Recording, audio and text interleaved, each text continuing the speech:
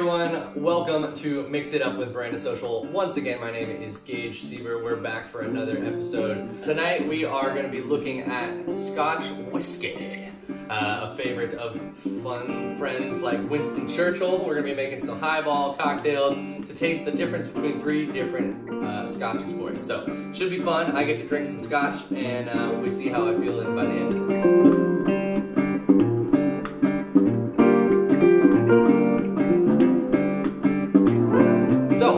Scotch. Scotch is a malt whiskey. It is said that Scotch has to be aged for at least 3 years. It's usually in oak barrels, and the age of the Scotch that's put on the bottle has to be the age of the youngest Scotch used. So most Scotches are blends, originally from a type of barley, but now they do use rye and wheat in them as well, as early as like the 18th century that started happening. So we're going to taste 3 different Scotches for you today, some similar styles, some different, and just kind of give you some tasting notes and kind of see some of the differences. There is a couple different styles of Scotches. There's Highland Scotch from more of the mainland Scotland, and then there's Islay style from some of the neighboring smaller islands of Scotland. Those are typically known for being a lot more smoky and peaty is what we call it. They use peat a lot of times to kind of flavor some of that. I'm not exactly sure where in the process the peat is used, but I know it comes through a lot, especially like in things like this Glenfiddich, which we're going to taste later. So we're going to go tonight in what I'm assuming is going to be from order from least to greatest. Now I could totally be wrong. I might like one of these better than the other ones, but we're going to go from youngest to oldest, I guess is what I should say. So we're going to start with this Monkey Shoulder, the original Monkey Shoulder blended Scotch whiskey. Monkey Shoulder, the original. It's got a cool branding on it. The bottle looks really nice. I'm a sucker for good branding, but I find a lot of times actually some of the coolest looking bottles are actually not necessarily the best, right?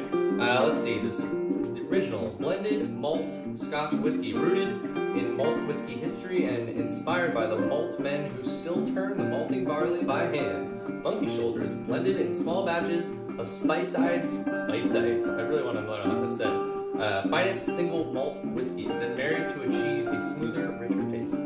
This is batch 27, selected by the malt master. Let's check it out.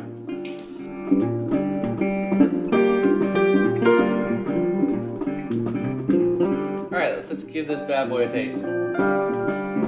So the bottle says zesty orange and vanilla honey and spiced oak on the nose. I get a little bit of that honey. I don't know about vanilla, but certainly honey. It smells really sweet to the nose, which most Scots don't, so I don't think I'm going to get a lot of peat in this one, but I could be wrong. Let's check it out. Sweet. I get a little bit of orange in there, maybe a little bit of mellow vanilla, but I would say more honey forward for sure. It tastes like it's almost more in the bourbon realm, to be honest. Like, there's really not a lot of spice, which a lot of scotches are going to come off really spicy.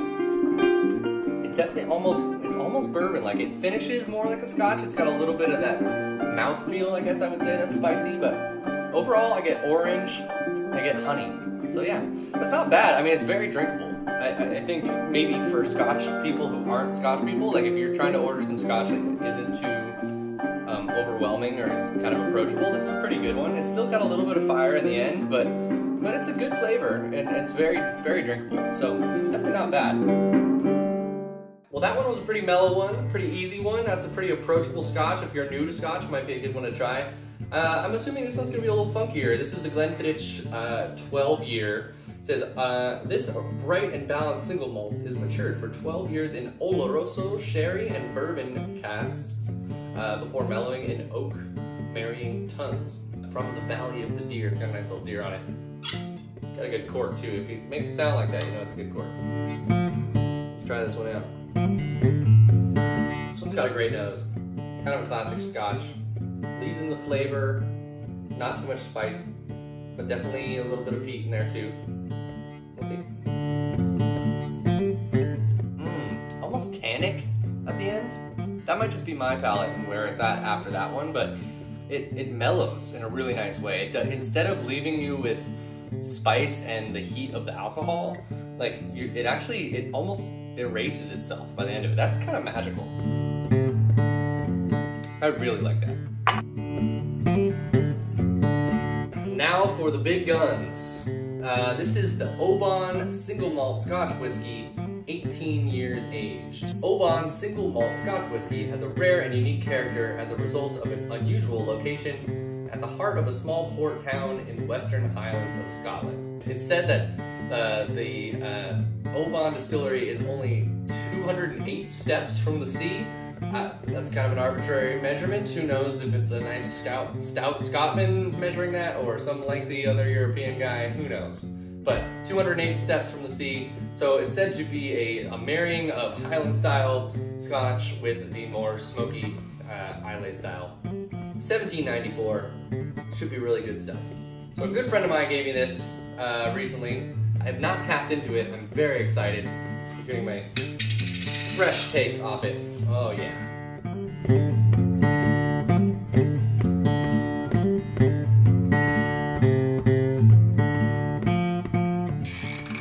Oh! Take back what I said about that cork. That is a cork. Oh! Oh, that's good stuff. That's like music to a bartender for sure. Holy heck, it smells good. All right, we're gonna try this Obon Single Malt 18 year. I'm very excited. It's definitely my favorite of the three. It's got so much complexity to it. I think that's what the age really gets it. It really makes it so that, you know, it kind of moves through its flavors in a more unique way. It's a very advanced evolution. The other ones are kind of one note.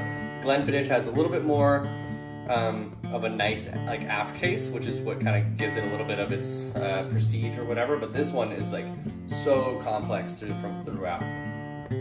Awesome stuff. All right, now that we've tasted all of these guys straight and kind of gotten like a base for our tasting notes, we're gonna try them in a Scotch Highball. What is a highball?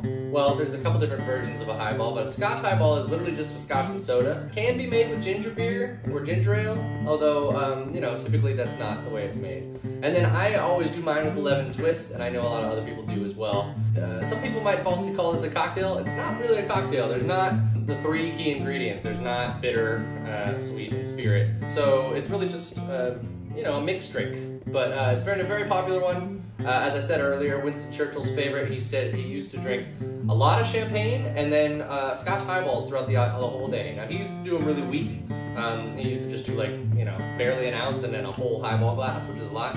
I haven't actually had highball glasses. I'm a terrible bartender. But these Jim Beam cups that I got, they're old-fashioned glasses, but they're double old-fashioned glasses, so they're gonna do just fine. So I'm just using regular old club soda, just you know, name brand club soda. It's all you're gonna need. All right, let's add our club soda. We're just gonna add it right in. No ice necessary.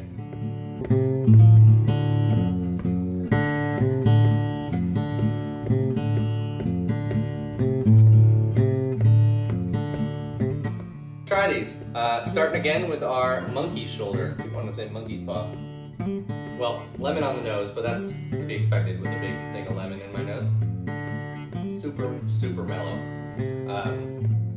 Instantly just brings out the sweet, and everything else is pretty much gone.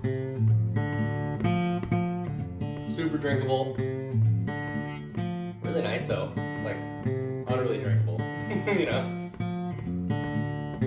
Lemony at the finish.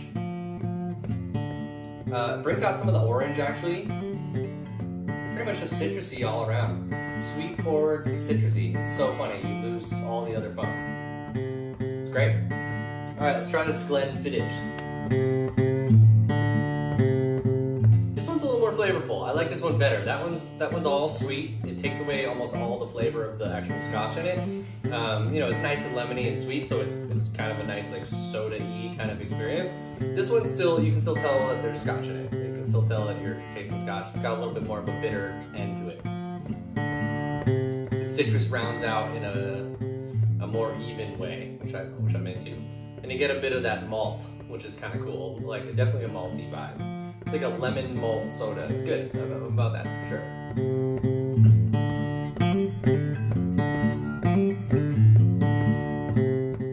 Now for that Obon 18. It's a good chance that no one's using Obon 18 to make a scotch and soda. That seems almost blasphemous. Watering it down is not the move, but let's see how it goes. That one is the best by far. And that's to be expected.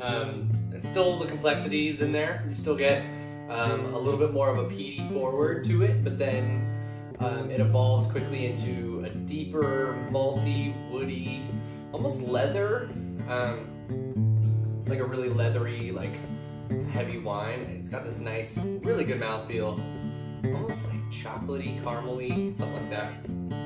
And then a nice little lemon finish. Shouldn't make highballs with Obon 18, but if you're gonna do it, it's not a bad call. And I'll happily enjoy the rest of this off camera.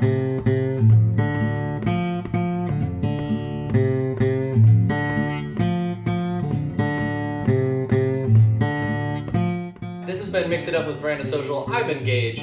I've had a decent amount of scotch now tasting all of this, so I'm feeling nice and hearty and warm on the inside, as scotch should. If you're new to scotch, you know, these are 3 very different types. You maybe start on the easier stuff, work your way up to the more complex stuff, but it's all good. And thanks for hanging out with us. We're gonna keep bringing these videos to you.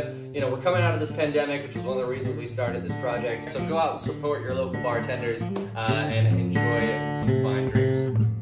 It's still good to be able to learn how to make your cocktails and serve them to your friends and do all sorts of different stuff. Learn about your different spirits and things like that. So keep coming back. Hit that subscribe button, hit that bell so you'll see every time we put out videos. My wife and I are very proud of making this channel throughout happen. So yeah, enjoy.